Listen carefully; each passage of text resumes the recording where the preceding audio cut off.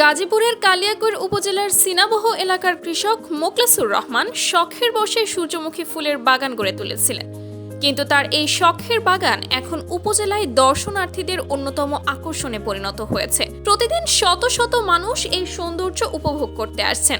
14 March শুক্রবার উপজেলার মাকেশ বাতান এলাকায় গিয়ে দেখা যায় হলুদ রঙের অসংখ্য সূর্যমুখী ফুলের সারি যেন এক অনন্য প্রাকৃতিক সৌন্দর্য তৈরি করেছে।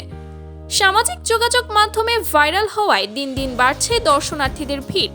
বাগানের আশেপাশে ইতিমধ্যেই নানা ধরনের খাবারের অস্থায়ী দোকান গড়ে উঠেছে, যা স্থানীয়দের জন্য নতুন কর্মসংস্থানের সুযোগ তৈরি করেছে। ফুল চাষী মোখলেসুর রহমান বলেন, সূর্যমুখী ফুল শুধু দেখতেই নয়, এর বীজ থেকে যে তেল পাওয়া যায় তা পুষ্টিগুণেও সমৃদ্ধ।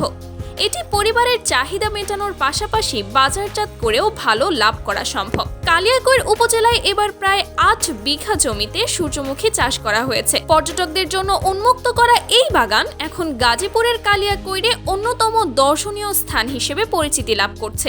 স্থানীয় প্রশাসন এবং কৃষি বিভাগও এই উদ্যোগকে স্বাগত জানিয়েছে। ভবিষ্যতে আরও বিস্তৃত পরিসরে এই চাষ সম্প্রসারণের পরিকল্পনা করছে তারা।